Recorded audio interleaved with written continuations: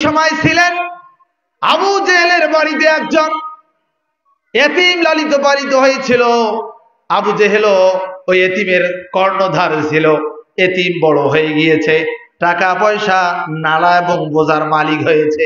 তুমি যদি এই হক তুমি আদায় করতে চাও, তাহলে আব্দুল্লাহর বেটা মোহাম্মদের কাছে যাও। ইয়ের কি আর ঠাট্টা করি, কয় আর হাসে। গরিব মানুষ, ছোট্ট ছেলে চিন্তা করছে, হয় বোধহয় আব্দুল্লাহর বেটা মুহাম্মদ সাল্লাল্লাহু আলাইহি সাল্লামের কাছে গেলে এতিমের হক বুঝায় দিবে। ছেলে সরাসরি চলে গিয়েছেন ওই আব্দুল্লাহর বেটা মুহাম্মাদের কাছে। যাওয়ার পরে তিনি আল্লাহর নবীজিকে ডাক দিয়ে বললেন, ইয়া রাসূলুল্লাহ, আপনার দরবারে আমি হাজির হয়েছি। আমি এতিম মানুষ, আমার কোনো টাকা পয়সা নাই, ধন দৌলত নাই। আমার বাবা ছোটবেলায় মারা গিয়েছে। আমার টাকা পয়সা জমি জায়গা সব আবু জেহেলের কাছে আমানত রেখেছে। কিন্তু আমি এখন বড় হয়েছি, আমার টাকা পয়সার প্রয়োজন, আমি বিয়ে শাদী করবো, সংসার করব, আমি এগুলো ফেরত চেয়েছি। ওগো আল্লাহর নবীজি, আপনার কাছে আবেদন, আপনি ওই আমার হকটা ফেরত দিয়ে দেন। যুবক এভাবে বলে আর নবীজির দিকে তাকায়, আর যুবক চোখের পানি ছেড়ে দিয়ে কাঁদে। নবীজি দুহাত ফিরে দিয়ে যুবককে বুকে নিয়ে চোখের পানি ছেড়ে দিয়ে বলে, যুবক রে, তুমিও এতিম, আমিও এতিম। তোমার ছোটবেলায় বাবা দুনিয়ার জমিন ছেড়ে চলে গিয়েছে।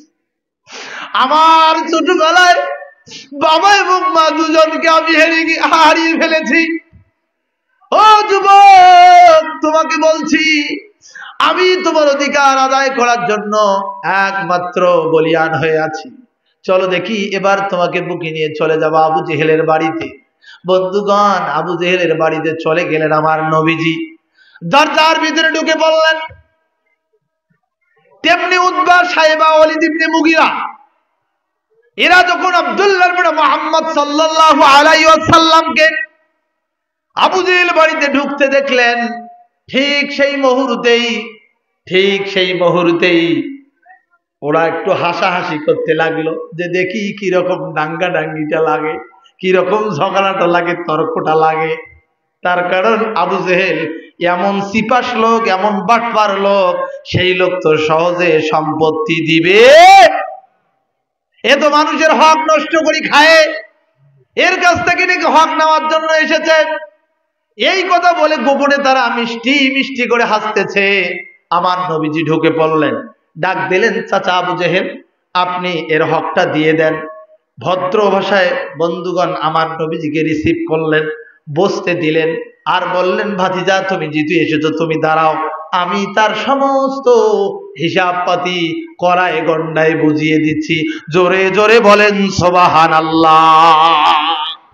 ভাইরা আমার, সবকিছু কড়ায় গন্ডায় বুঝে দিল।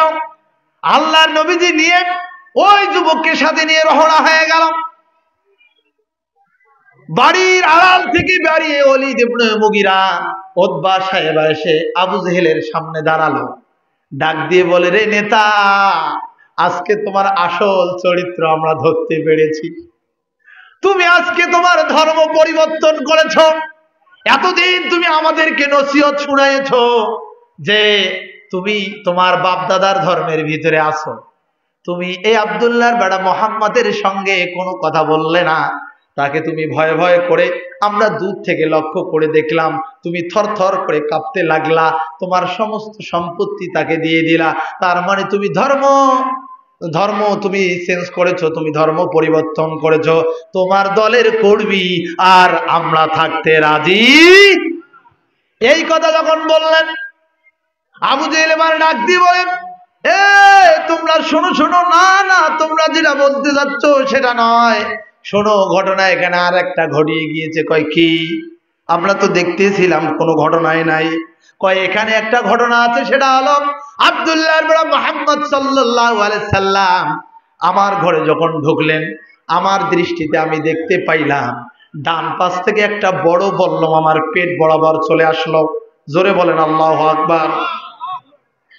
আমি আব্দুল্লাহর বেটা মুহাম্মদ আমার বাড়ির ঘরে যখন ঢুকলাম, আমি বাম দিক থেকে দেখতে পাইলাম বড় একটা বল্লম আমার পেট বরাবর ধরেছে। আমাকে এইটা ধরার পরে আমাকে বলতেছে, দেখ তোর জীবন বাঁচাবি না তুই এই ইয়াতীমদের সম্পদ দিয়ে দিবি। আল্লাহু আকবার। অথচ নবীজির হাতে কিচ্ছু নাই, নবীজি সাদা সিধা মানুষ যে তাকে আবেদন করলো। ডাক দিয়ে বললেন, আমার সহদর ভাইরাম, ও আমার বন্ধুরা, আমার দলের কর্মীরা, তোমরা শোনো, বিভ্রান্ত হবে না। আমার জীবনের চেয়ে সম্পদের মূল্য বেশি নয়। আমার জীবন বাঁচাইতে গিয়া আমার সম্পদগুলো সবগুলো ওই আব্দুল্লাহর বেড়া মোহাম্মদ যে ইতিমকে নিয়ে এসেছিল তাকে আমি দিয়ে দিয়েছি। জোরে বলেন সুবহানাল্লাহ। আজকে আমরা দেখতে পাই যারা আবু জেহেলের উত্তরসূরি, যারা এই দুনিয়ায় মানুষের উপর জুলুম করেছে, মানুষের জমি জায়গা সম্পত্তি দখল করে খেয়েছে, তারাও এই দেশে থাকার জন্য লক্ষ লক্ষ টাকা দিয়ে অন্য নেতাদের সাথে সুর মিলায়া বাংলাদেশে থাকতে চায়। কথা বলেন ঠিক কিনা? আজকে তাদের কিন্তু কোনো কিছু দেখা যায় না, কিন্তু ভেতরে ভেতরে টাকা পয়সা দিয়া, বাবা ছেড়ে দেওয়া কান্দিবাসী, আমি আর এখানে নাই বাবা, যা মারি খাতি খাতি এখন জীবন বাঁচলে বাপের নাম। এইরকম পরিস্থিতি দাঁড়িয়েছে কিনা কথা বলেন মুসলমান। এই জন্য জুলুম আমরা কেউ করব না। এতিমের হক মানুষের মেরে খাবো না। এতিম কালা জানেন? রাষ্ট্রের কাছে জনগণ এতিম। কথা কি বুঝতেছেন আমার? মালিকের কাছে কর্মচারী এতিম। এই যে বাংলাদেশে আমরা দেখেছি গত বিগত সরকার থাকাকালীন হাজার হাজার শ্রোতা, হাজার হাজার কর্মচারী তারা মাঠে নেমে নিজের দাবি আদায়ের জন্য, বিশেষ করে বেতন ভাতা শ্রমিকদের আদায়ের জন্য, দেখেন না এর আগে গার্মেন্টস শ্রমিকরা মিছিল করেছে? কথা বলেন না কেন? তার মানে ওই মালিকদের কাছে শ্রমিকরা হলো এতিম।